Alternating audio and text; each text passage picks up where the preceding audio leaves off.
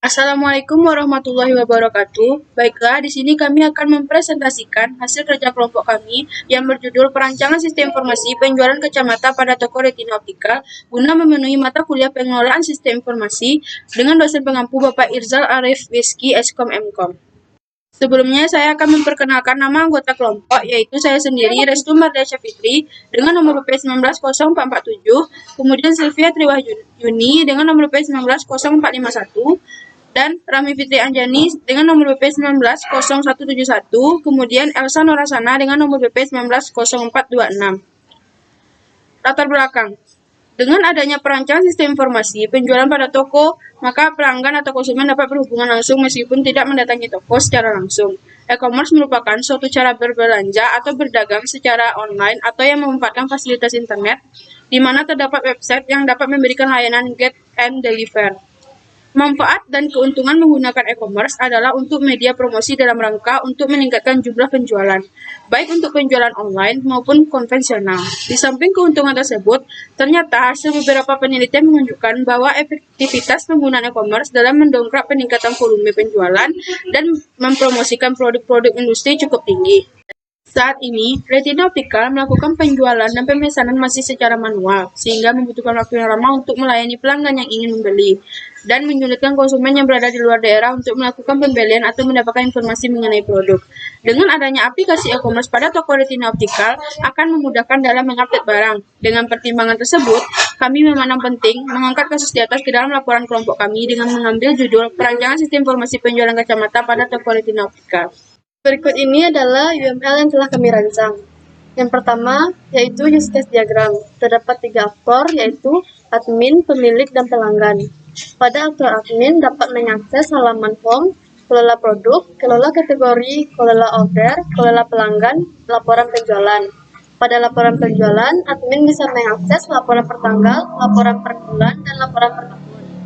Pada aktor pelanggan, dapat mengakses halaman registrasi, profil, cara belanja, belanda, produk, keranjang belanja, dan pesanan. Pada pesanan dapat mengakses konfirmasi pembayaran dan detail pesanan. Pada aktor pemilik, dapat mengakses laporan penjualan, di mana dapat melihat laporan per tanggal, laporan per bulan, dan laporan per tahun. Ketiga aktor ini dapat melakukan login dan logout. Kemudian kelas diagram. Di sini terdapat beberapa tabel. Yang pertama, tabel pelanggan berhubungan dengan tabel keranjang, tabel order, dan tabel admin. Kedua, ada tabel order yang berhubungan dengan tabel pelanggan, tabel konfirmasi pembayaran, tabel detail order, dan tabel admin. Kemudian tabel admin juga berhubungan dengan tabel konfirmasi pembayaran, dan tabel detail order, dan tabel order. Kemudian ada tabel barang yang berhubungan juga dengan tabel detail barang, tabel keranjang, tabel kategori, dan tabel admin. Kemudian tabel kategori juga berhubungan dengan tabel admin. Kemudian ada activity diagram. Di sini ada diagram activity untuk admin. Yang pertama di sini admin bisa login terlebih dahulu. Kemudian jika password benar, maka admin dapat lanjut dan dapat melihat kelola kategori, kelola produk, kelola pelanggan, kelola order, dan kelola laporan penjualan dan bisa lanjut ke logout. Kemudian diagram pelanggannya, sebelum pada menu awal, pelanggan dapat melihat home, menu login, dan daftar produk. Jika pelanggan ingin memesan produk, maka pelanggan akan login terlebih dahulu. Jika benar, maka pelanggan dapat melihat data pelanggan, pembayaran, pesan produk, dan kemudian logout. Kemudian sequence diagram. Di sini ada sequence diagram menu utama admin. Di sini dapat kita lihat seperti inilah sequence diagram admin, yaitu pada menu awal admin akan menginputkan username dan password, kemudian cek username dan password. Jika validasinya sudah benar, maka admin dapat lanjut ke menu utama. Jika tidak, maka pesan kesalahan gagal login akan muncul. Kemudian admin dapat logout atau exit. Kemudian ini ada sequence diagram admin kelola produk. Perbedaannya di sini adalah setelah login, pelanggan atau admin dapat menyimpan, mengedit, dan menghapus data. Yang ketiga ada sequence diagram admin kelola kategori. Di sini sama juga dengan sequence diagram kelola produk tadi. Kemudian ada sequence diagram admin kelola order juga sama. Yang kelima, ada sequence diagram admin kelola laporan penjualan. Bedaannya, setelah login, admin dapat melihat laporan per tanggal, melihat laporan per bulan, dan laporan per tahun. Yang keenam, ada sequence diagram registrasi pengunjung. Seperti ini. Kemudian ada sequence diagram pesan barang pelanggan. Pelanggan seperti tadi, pelanggan login terlebih dahulu, kemudian pelanggan memilih dan check out, lalu bisa log out. Kemudian yang kedelapan ada sequence diagram konfirmasi pembayaran pelanggan seperti ini. Yang kesembilan ada sequence diagram pemilik. 2. Pengelolaan input.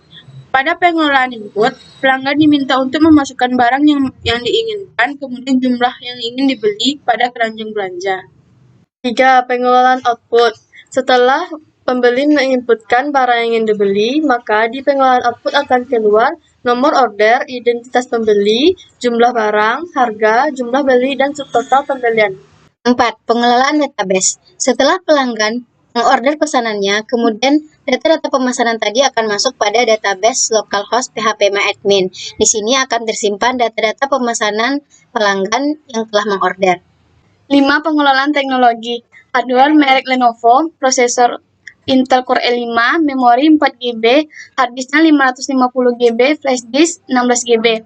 Softwarenya sistem operasi Windows 11, Home Single Language, Microsoft Office 2019, menggunakan bahasa pemrograman PHP dan database MySQL dan Exam, sistem pendukung lainnya. 6. Pengelolaan kontrol. Untuk mengatur proses identifikasi, kami menciptakan proses login yang terdiri dari username atau akun pengguna dan password untuk mendapatkan hak akses. Menggunakan password manager dapat mencegah pembobolan akun oleh orang-orang yang tidak bertanggung jawab dengan menggunakan password yang aman dan kuat. Untuk akun login juga terbagi dari dua, yaitu login sebagai admin dan login sebagai pelanggan. Demikianlah presentasi dari kelompok kami. Apabila ada kesalahan, kami mohon maaf. Kami akhiri dengan Assalamualaikum warahmatullahi wabarakatuh.